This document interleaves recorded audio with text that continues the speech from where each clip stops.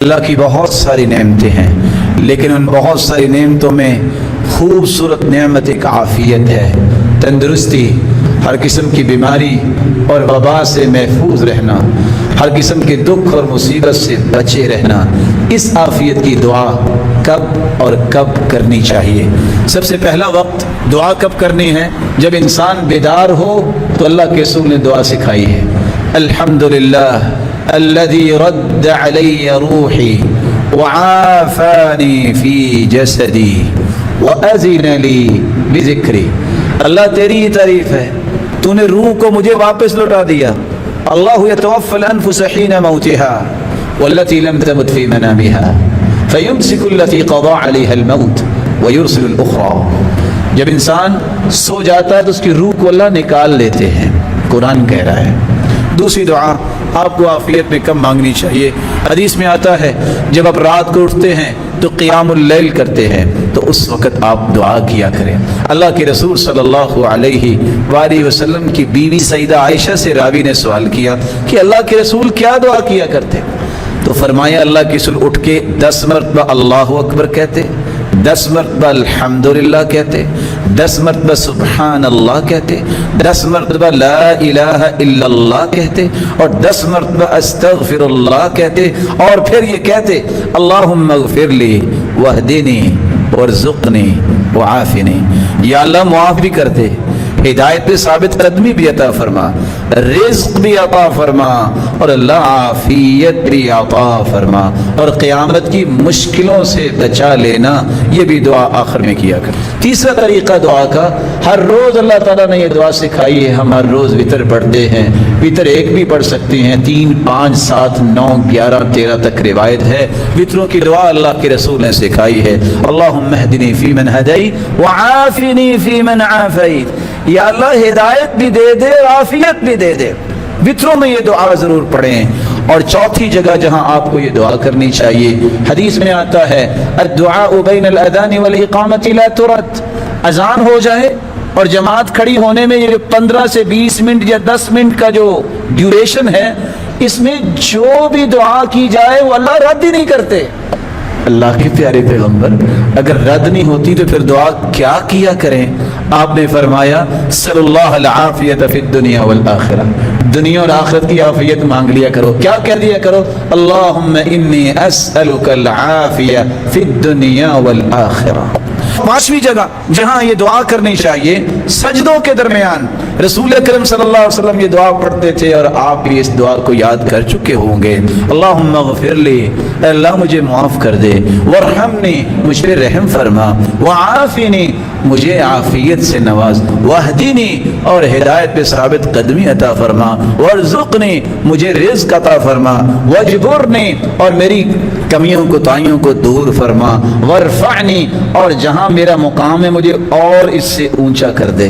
یہاں رک کے میں ایک گزارش کروں گا، جو بیچارے سر اٹھاتے ہیں سجدے سے پھر زمین پہ سر دے مارتے ہیں، وہ یہ دعا پڑھتے ہیں، اتنی پیاری دعا، اتنی عظیم دعا، اور سوچتا ہی کوئی نہیں ہے کہ میں نماز کس کے لیے پڑھ رہا ہوں۔ سنت کے مطابق نماز پڑھنے والی ہی قبول ہوگی۔ اور رب اغفر لی، رب اغفر لی 2 مرتبہ بھی آپ پڑھ سکتے ہیں، اور یہ دعا بھی پڑھ سکتے ہیں۔ چھٹی جگہ جہاں آپ کو یہ دعا پڑھنی چاہیے، کسی بندے کو کسی مصیبت میں دیکھو، وبا میں دیکھو، دکھ مصیبت میں دیکھو، دیکھتے ہی یہ دعا پڑھ لو، الحمدللہ، اللہ تیرا شکر ہے، الذی عافانی مما ابتلاک به وفضلنی علی کثیر ممن خلق تفضیلا۔ یہ دعا جو پڑھ لے، جس کو آپ دیکھ رہے ہیں جو بھی اس کو بیماری ہوگی، اس دعا پڑھنے سے اللہ وہ بیماری سے تمہیں محفوظ کر دے۔ ساتویں جگہ جہاں آپ کو یہ دعا پڑھنی چاہیے، جب بیماریاں ہوتی ہیں تو موتیں بھی ہوتی ہیں۔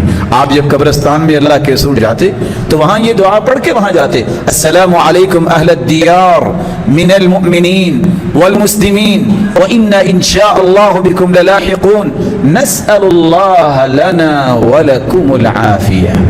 وہاں سلام کی 3 قسمیں ہیں، ایک ہے سلام تحیہ، مسلمان زندہ زندہ کو سلام کہتا ہے، اس کو سلام تحیہ کہتے ہیں، اس کا جواب دینا ضروری ہوتا ہے۔ ایک ہوتا ہے سلام دعا، سلامتی کی دعا کرتے ہیں جیسے ہم قبرستان میں جا کے کرتے، اس کا جواب نہیں ہوتا اور نہ ہی مردے جواب دیتے ہیں۔ ایک ہوتا ہے سلام متارکہ، کوئی جاہل آپ سے الجھ رہا ہے، بحث کر رہا ہے تو ہم کہتے ہیں بھائی سلام ہے، میں بحث نہیں کرنا چاہتا، اس کو سلام متارکہ کہتے ہیں۔ نسأل اللہ لنا والعافیہ، وہاں بھی ہم یہ دعا کرتے ہیں جو دنیا سے جا چکی، اللہ ان کو آخرت میں عافیت دے اور ہمیں دنیا اور آخرت میں بھی عافیت دے، ان کی تو دنیا ختم ہوگی۔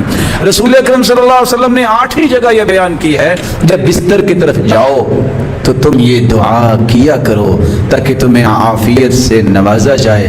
اللہم انت خلقت نفسی، اللہ تو نے ہی مجھے پیدا کیا، وانت تتوفاها، تو نے ہی اسے مارنا ہے، لک مماتها ومحیاها، اس کی زندگی، اس نفس کی، اس جان کی اور اس کی موت وہ تیرے لیے ہی ہے۔ اللہم ان توفیتها فاغفر لها، اللہ اگر مجھے موت آ جائے سوتے وقت تو معاف کر دینا، وان احییتها فاحفظها، اللہ اگر میں زندہ رہوں تو پھر میری حفاظت کرنا۔ اللہم انی اسألک العافیہ، سوتے وقت یا اللہ میں عافیت کا تجھ سے سوال کرتا ہوں۔ رسول اللہ صلی اللہ علیہ وسلم نے 9ویں دعا اور 9ویں جگہ یہ بیان کی ہے کہ ہر روز صبح اور شام یہ دعا ضرور کیا کریں۔ اللہم انی اسألک العافیہ، اللہ میں عافیت مانگتا ہوں تجھ سے، فی الدنیا والآخرہ، دنیا اور آخرت کی عافیت۔ اللہم انی اسألک العفو والعافیہ، اللہ میں معافی بھی مانگتا ہوں اور عافیت بھی مانگتا ہوں۔ کس میں؟ فی دینی و دنیائی، اللہ میرے دین کی بھی عافیت ہو، میری دنیا کی بھی عافیت ہو، و اہلی و مالی، میرے اکیلے کے نہیں، میرے اہل و عیال، میرے بچوں میں بھی عافیت دے یا اللہ، صرف وہ نہیں، میرے مال و دولت، میرے کاروبار میں بھی عافیت دے۔ اللہم استر عورتی، اللہ مجھ سے کوئی کمی کوتاہی ہوگی ہے تو پردہ ڈال دینا۔ وآمن روعاتی، اللہ یہ سارے خوف جو چاروں طرف سے چھائے ہوئے ہیں مجھے امن دے دے، یہ دعا کرے صبح و شام۔